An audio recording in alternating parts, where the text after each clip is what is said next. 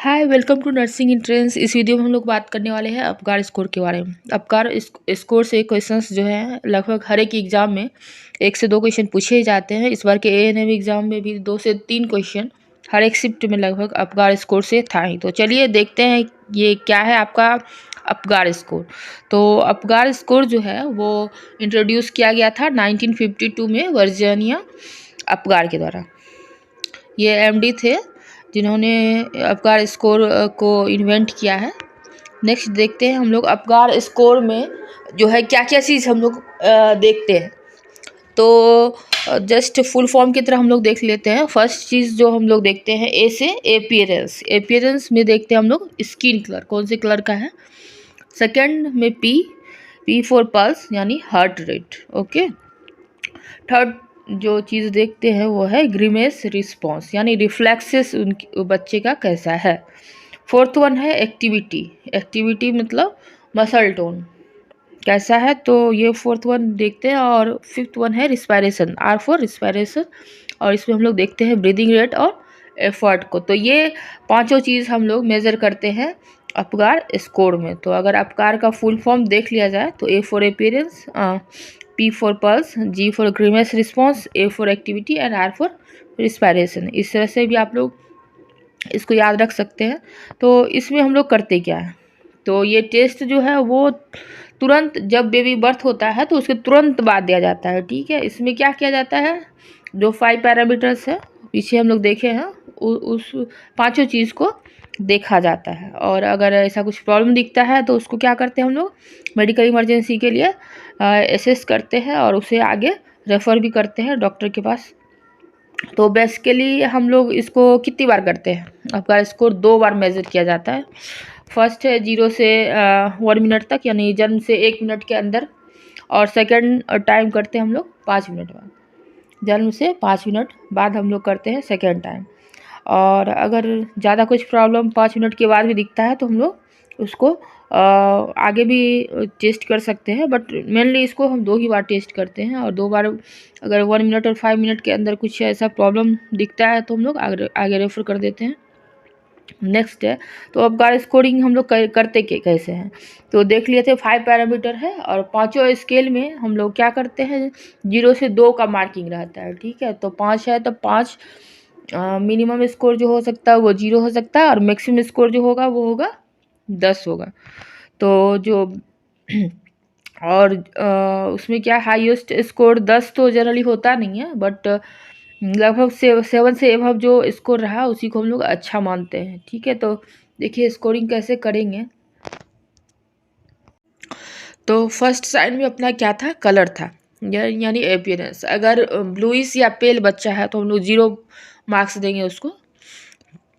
और एक्रोसाइनेटिक है by the way, अगर हाथ और पैर थोड़ा सा ब्लूइश है तो 1 मार्क्स देंगे, और अगर कम्प्लीटली पिंक है तो 2 मार्क्स देंगे। ठीक है। तो इस तरह से स्कोरिंग करेंगे।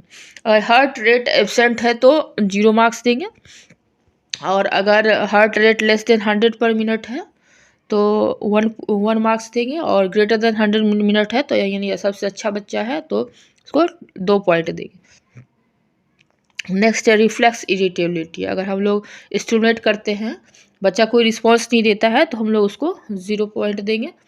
और अगर ग्रीमेस है थोड़ा बहुत देता है रिफ्लेक्स तो 1 पॉइंट देंगे, और अगर क्राई करता है या एक्टिव है तो हम लोग इसको 2 पॉइंट्स देंगे। नेक्स्ट है मसल टोन। मसल टोन यानी लिम्प यानी कि कुछ मूवमेंट ही नहीं है तो उसको हम लोग 0 पॉइंट देंगे, और अगर कुछ हाथ पैर मोड़ रहा है तो उसको हम लोग 1 पॉइंट देंगे, और अगर पूरा मूवमेंट है बच्चे में तो हम लोग इसको 2 मार्क्स देंगे। ठीक है। रिस्पायरेशन अगर एब्सेंट है तो 0, और अगर वीक क्राई है या हाइपोवेंटिलेशन है तो हम लोग 1 पॉइंट देंगे, और अगर अच्छे से क्राई कर रहा है तो हम लोग इसको 2 पॉइंट देंगे। तो इसी पांचों पैरामीटर में 0 से 1 2 का स्कोर हम लोग देख के उसका मार्किंग करेंगे, और इसी से निर्धारित होगा कि बच्चे का क्या कंडीशन है। अगर 0 से 5 है तो यानी कि बच्चा बिल्कुल सही नहीं है और डिस्ट्रेस में है, और 2 से 5 से 7 तक का बच्चा माइल्ड डिस्ट्रेस में है और 7 से एबव वाला बच्चा हम लोग का कम्प्लीटली अच्छा है।